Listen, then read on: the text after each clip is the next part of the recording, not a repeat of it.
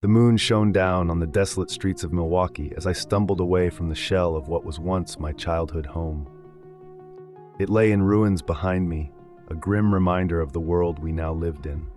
A world where survival was no longer guaranteed, where the comforts of home were replaced by fear and uncertainty. I glanced back one last time, memories flooding my mind of happier times spent within those walls. But now there was nothing left for me there. The virus took everything, leaving behind only destruction and death. My thoughts turned to Zach, my best friend. He joined a militia, seeking protection in a world gone mad. I couldn't blame him for seeking safety in numbers, especially since we were both orphans, left to fend for ourselves in this chaotic world. But he wasn't the same anymore. Once we were normal people, now he was a soldier in a war nobody saw coming. As I made my way through the abandoned streets, I watched with a heavy heart as he and his gang moved through the neighborhood. They were a destructive force. They swept through the streets, leaving nothing but ash and rubble in their wake. I used to find safety in hiding out in my house, hoping the madness would pass me by. But now, there was nowhere left to hide. I knew I had to keep moving, to find some way to survive in this cruel new world. But as I walked away from my former home, I couldn't shake the feeling of despair which threatened to consume me. With the alley behind my house cloaked in darkness, the tree branches stretched like sinister fingers across the pavement. I could barely see my own hand in front of my face as I stumbled over debris. Zach was chasing me, his once familiar face contorted into a mask of madness, his eyes gleaming with a terrifying intensity. He no longer cared about our history together, about the years we spent as inseparable friends.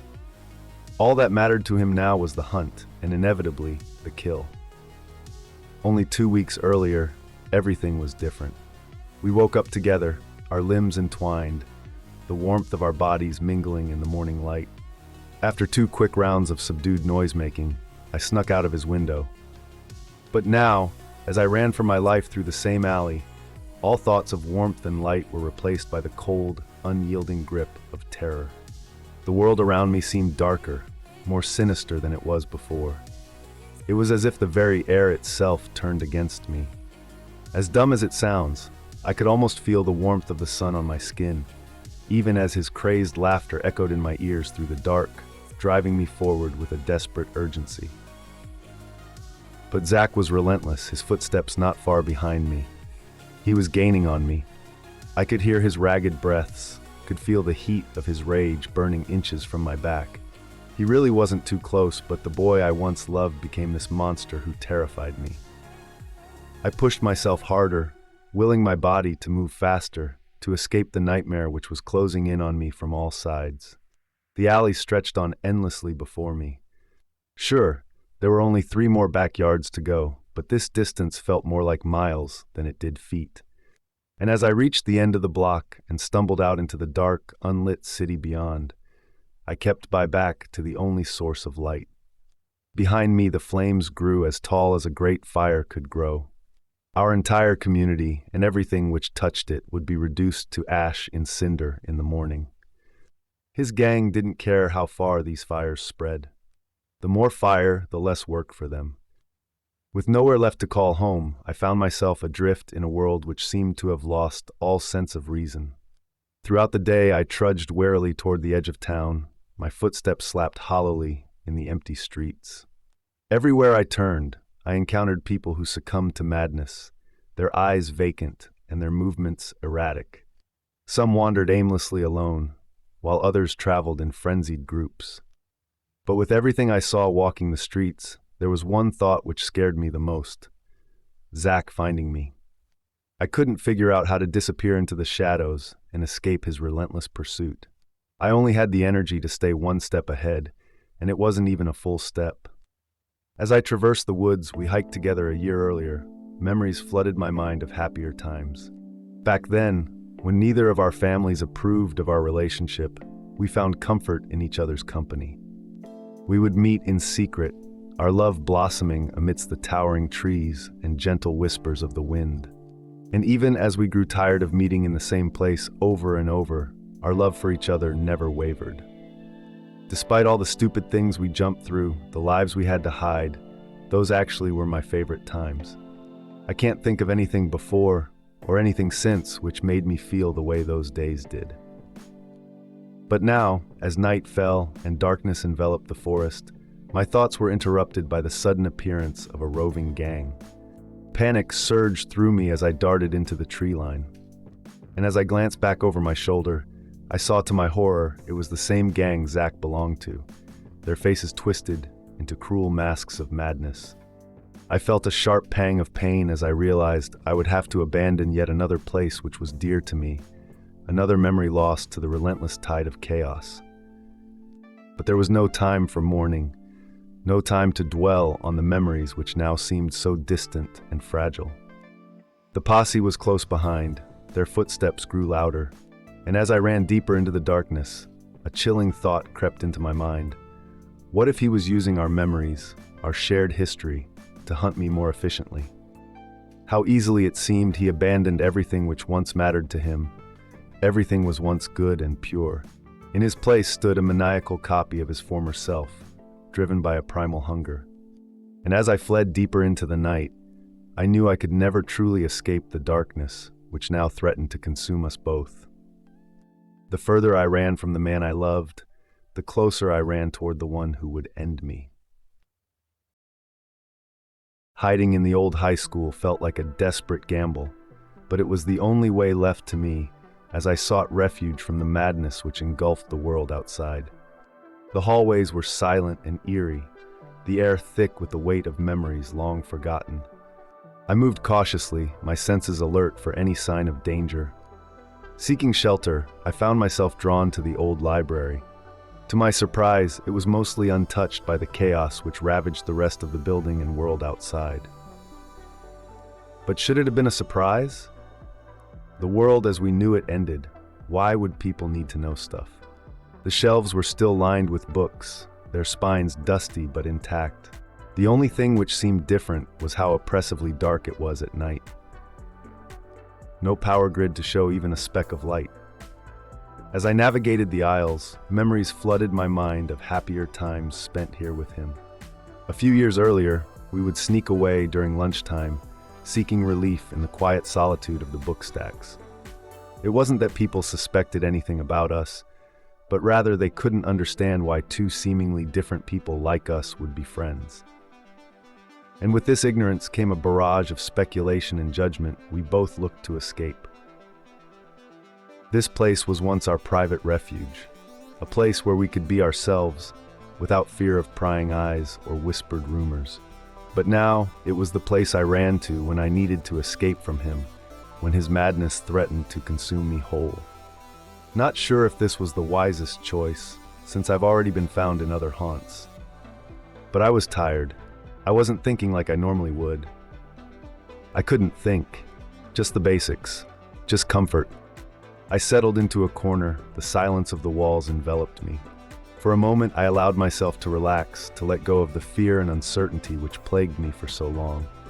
But my respite was short-lived, shattered by the distant sound of trucks approaching. My heart sank as I realized what was coming. His group of insane cowboys found me. I knew I had to move quickly, to escape before they could catch up to me. But as I made my way towards the exit, I came face to face with Zach himself. And in a moment of pure horror, he raised his gun and took aim, his eyes cold and devoid of emotion. I barely had time to react before he pulled the trigger. The sound of the gunshot impacted as hard as I imagined the bullets themselves should have. But miraculously, I felt nothing. He missed, though I used to think he was a much better shot than this, especially since I wasn't too far away. I decided not to be too disappointed, and I fled into the night and ran for my life once more. Before dawn, I stumbled upon a familiar sight, the Spring Meadows Mall. Its once bustling halls now stood silent and desolate, a ghostly reflection of the vibrant place it used to be. Breaking in was easy, the locks no match for my determination to seek refuge. The stores long deserted these retail traps years before. I never even been to a mall before the moment I sought sanctuary in one. Weak and weary, I made my way to the center court where all 5 large hallways converged. There, next to the fountain where ice cream dots used to be sold, I collapsed, my body unable to bear the weight of my despair any longer. It was here, in this very spot we first met all those years ago, back when we were only awkward seventh graders trying to find our place in the world.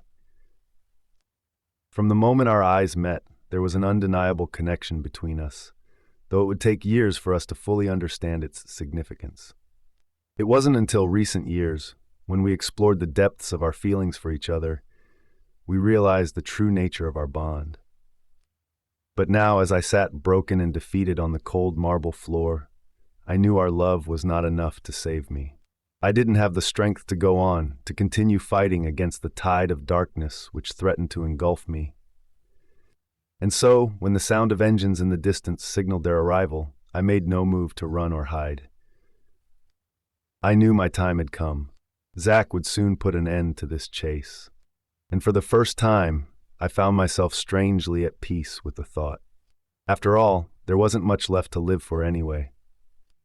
But before he could arrive to deliver the final blow, I mustered what little strength I had left and limped to a nearby closed clothing boutique and toward its outward-facing mirror. Still my father's son, I wasn't going to go out looking like hell. But something hit me I didn't expect. As I stared into my reflection for what could be the last time, I saw the truth staring back at me. At first, I didn't know what I was looking at. Then when I saw it was me, I thought there had to be something wrong. Someone had to have messed with this mirror. Zach didn't miss. His bullet hit me directly in the chest. The wound was much more to describe, but I couldn't stare at it for too long. I shouldn't have been alive. I should have been dead. But I already was. What I saw resembled every image I had ever seen of a freshly turned zombie. My skin was pallid and gaunt, my eyes sunken and hollow. My light brown skin had gone pale. I felt nothing. No cold. No hot. Not the bullet in my lung. Not the absence of breath I wasn't taking. Not even the hunger, which was supposed to be overpowering. Nothing. I looked at my hands, covered in blood. Fresh. But I didn't remember why. How?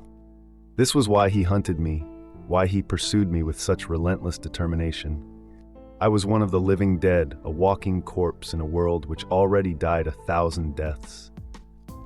And then, as I resigned myself to my fate, I felt the cold steel of a gun pressed against the back of my head. I knew what I was, what I had become. But I didn't want this to be the end of my story, the final chapter in a tale of love and loss, of hope and despair. I didn't know how I would be able to continue on as I was, but I didn't want to die. I didn't want whatever death was beyond what I already was. I fought him with every ounce of strength I had left, my limbs moving with a sluggishness which betrayed the truth of my condition. Though my undead body possessed a strange sort of resilience, I found myself unable to bend at the joints more than a few inches, my movements stiff and awkward. I didn't want to hurt Zach, despite the fact he seemed hell-bent on killing me. 3 different times during our struggle, I had the opportunity to sink my teeth into his flesh, to end his life as he sought to end mine. But each time I hesitated, unable to bring myself to commit such an act of violence against someone I once cared for. But as the battle between us reached its climax, chaos erupted around us as his militia arrived on the scene, followed closely by a horde of zombies. The air was thick with the stench of blood and decay as both sides clashed in a brutal and ugly confrontation. In the midst of the chaos, I saw Zach cornered, his back against the wall as the undead closed in on him from all sides. His own team wasn't doing so well against the attack. None of them were in a position to help him. Without hesitation, I sprang into action, pushing through the throng of bodies to reach him. With strength born of desperation, I lifted him into my arms and carried him to safety, shielding him from the onslaught of the undead. I did not stop until we were far enough down a corridor to where it was only the 2 of us. As I laid him down gently on the ground, I saw the fear and confusion in his eyes, a stark contrast to the cold indifference he showed me before. For a long moment, we stared at each other in silence, the weight of our shared history hanging heavy between us. It startled Zach to see any hint of emotion in my undead eyes. Slowly, I reached out a blue, stiff hand and placed it over my still chest, a silent gesture of farewell. With a heavy heart, I placed his gun on the ground in front of him and turned to walk away, my footsteps heavy with the weight of regret. Before I was out of earshot, I heard his voice, barely a whisper, carried on the wind. "You too," he said, his words a bittersweet reminder of the love we once shared, now lost to the ravages of time and the darkness which now owned us both.